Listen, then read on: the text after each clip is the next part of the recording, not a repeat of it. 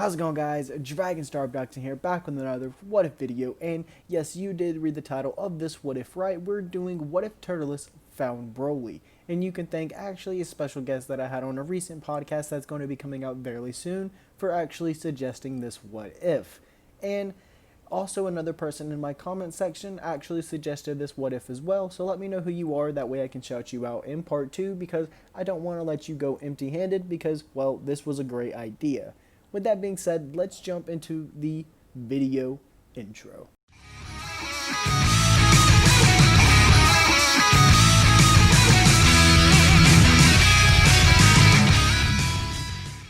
Alright, so for this story we're going to have to skip all the way back to the birth of Turles for this to actually work. Turles was born around the same time as Goku, and no, he isn't going to be Bardock's son, but he will be the son of two members of Bardock's crew, Tora and Fasha. Taking Taro's image, that we're going to sadly say that Tora and Fasha and the rest of Bardock's crew didn't make it out alive on one of their missions. This would unfortunately leave Turles as one of the Saiyan orphans, and Turles would have to remain in a pod incubator until he was actually ready to be sent off planet to conquer a world. However, for the most part though, everything actually goes as normal with BROLY, Paragus, and even with Bardock and Gine having the plan to send Kakarot off to Earth. But this is where the big change is actually going to happen, because Bardock and Gine do successfully send off Kakarot. But it was when the two were actually heading back to their house that Bardock remembered the baby Turles, and how he remembered that Tora and Fasha asked them to take care of Turles if anything was to happen, since he was heading back to planet Vegeta with Leek. So Bardock had this in his mind, and after spilling this to Gine, Gine had the idea of going to snatch the feisty 3-year-old, covering his mouth screaming, when they then shoved Turles into a pod. Although they weren't able to set the coordinates, they did send him off as well. But before Bardock sent him off, he says, "Aw, man, this kid looks a lot like me. Like, a lot." But it was then when Turles' pod shot off, things would get much worse for Turles than being just an orphan. This was because Turles' pod ended up crashing past Frieza's ship, and Frieza wasn't going to allow a filthy monkey to escape his destruction. But the Emperor would change his mind, as he felt that he could use the Saiyan as a tool, especially when he found it was only a little kid. Frieza then decides to bring the young Saiyan aboard his ship. Frieza would take Turles under his wing, and especially though when Frieza realized that Turles was only a child that would be so easy to manipulate into a warrior of whatever he wished. Frieza treated Turles like his own child, like gold. In fact, after years, Turles was considered one of Frieza's elites. Turles, though, wasn't just handed this title. He was forced into missions that he wasn't really ready for, missions that were on Dodoria and Zarbon's level. Yet, Turles scraped his way out, growing stronger every single time. And he took these worlds over in the name of Frieza. Turles felt that he was always on the bottom, and he had something to prove his worth, since Dodoria, Zarbon, Gui, and so many others of Frieza's force felt that he was nothing more than just a low-class Saiyan. Turles proved to be strong, and with Frieza, he constantly was being pushed by him. The Saiyan grew and grew to be just as cold as he was strong. And Vegeta, Nappa, and Raditz hated Turles for this. They looked at him as a kiss up to Frieza, but they wouldn't dare say it to him because Turles clearly outmatched the three in power, all three at the same time, in fact. However, I think we've covered enough of the backstory, so let's get to where the action actually begins. And just to give a little timestamp, I'm actually going to say that we're right at the point where Raditz was just going to Earth to actually search for his brother Kakarot, just so we all know where we're going in the time frame. Turles, though, had just finished a mission all by himself to prove that, well, he can. Turles was able to wipe out all the Canassins with little ease, and with this being very strong warriors, impressed Frieza enough to actually grant Turles his own force called the Crusher Corps. Turles handpicked his own members, but Frieza only did this so that he could conquer more ground in space. He wanted more planets so that more people would fear him. And see, Frieza trusted Turles because he was a weapon that he created.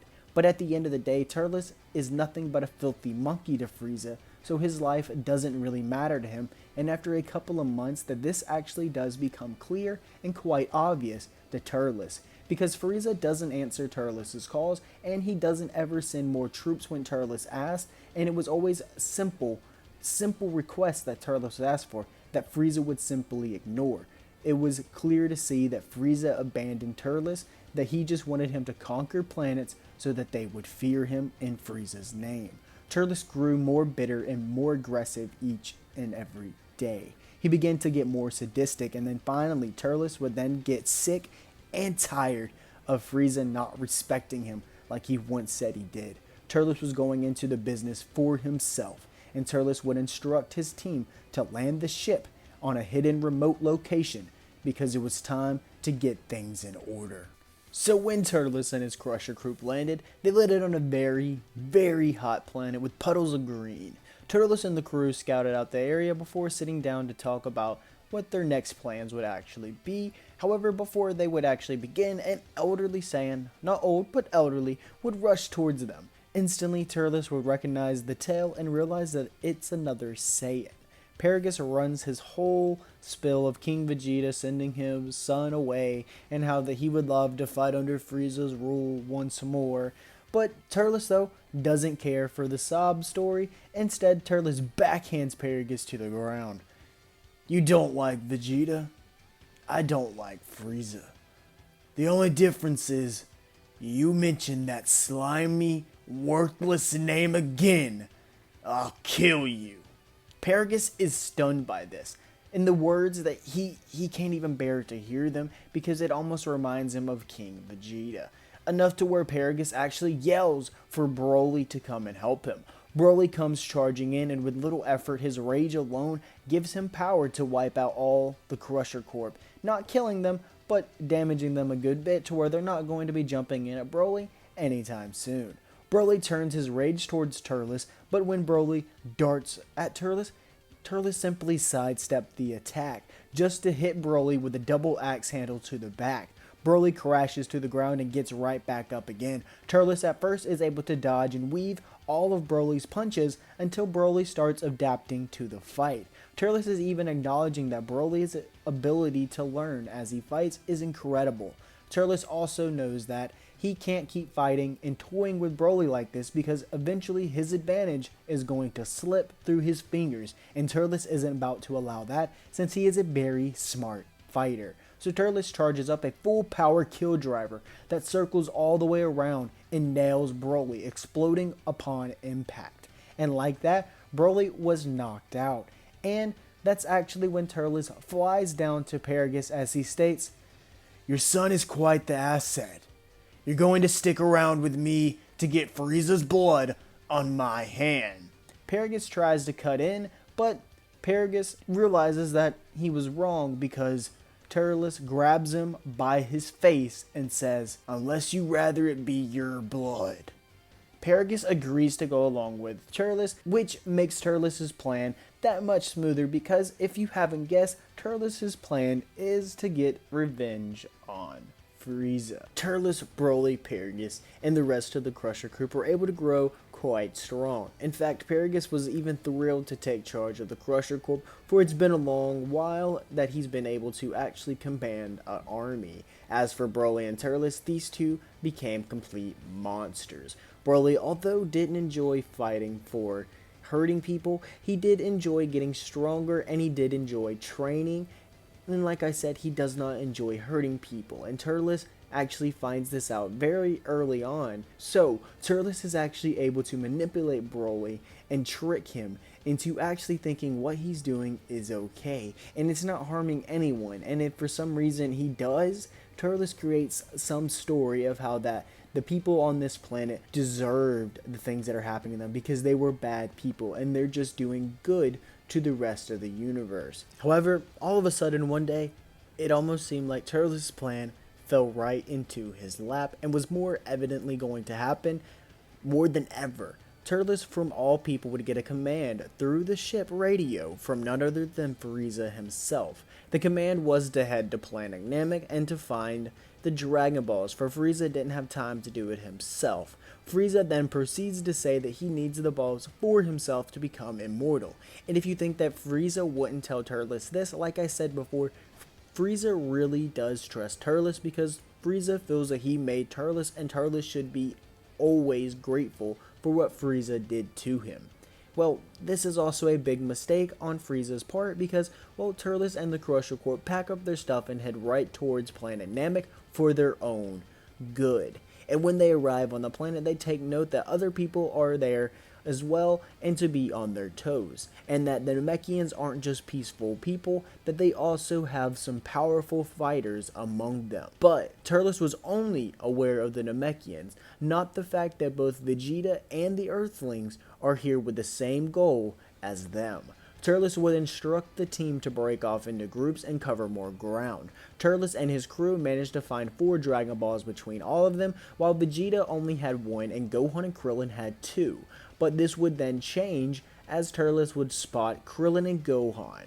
Krillin's first thought was to actually charge because he thought it was Goku. But as he got closer, Krillin realized that this wasn't Goku and that he made a huge mistake. And with one swift punch, Turles would then knock all the air out of Krillin as he then takes the Dragon Ball. Gohan, seeing his friend get knocked down, he then tries to charge up at Turles with being quite mad, so he does have a slight rage boost, but to be honest, this does the exact same thing as Krillin. Turles easily smacks Gohan to the ground, laying him out cold as he takes the 6th Dragon Ball. Turles doesn't kill the 2, instead he leaves them gulfing for air. Luckily though for Krillin and Gohan, Dende was able to heal them as soon as Turles would fly off.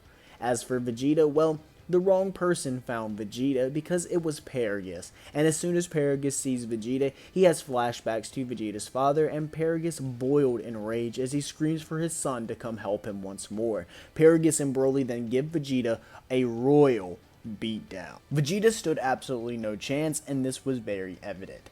Broly would smack Vegeta to the ground as Vegeta would drop the ball. Broly, instead of continue fighting, he would then just pick up the ball and fly off as Paragus would be remaining floating right above Vegeta, telling him that he will pay for all his father's actions, and Paragus would then charge up a Ki Blast, shooting it off at Vegeta, turning him into nothing but dust.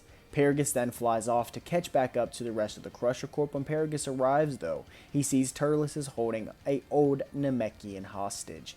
Turles is yelling at the old Namekian, telling him that he needs to make his wish on the Dragon Ball or that he will destroy the entire planet and leave not one survivor. And as we know, this Namekian was Elder Guru.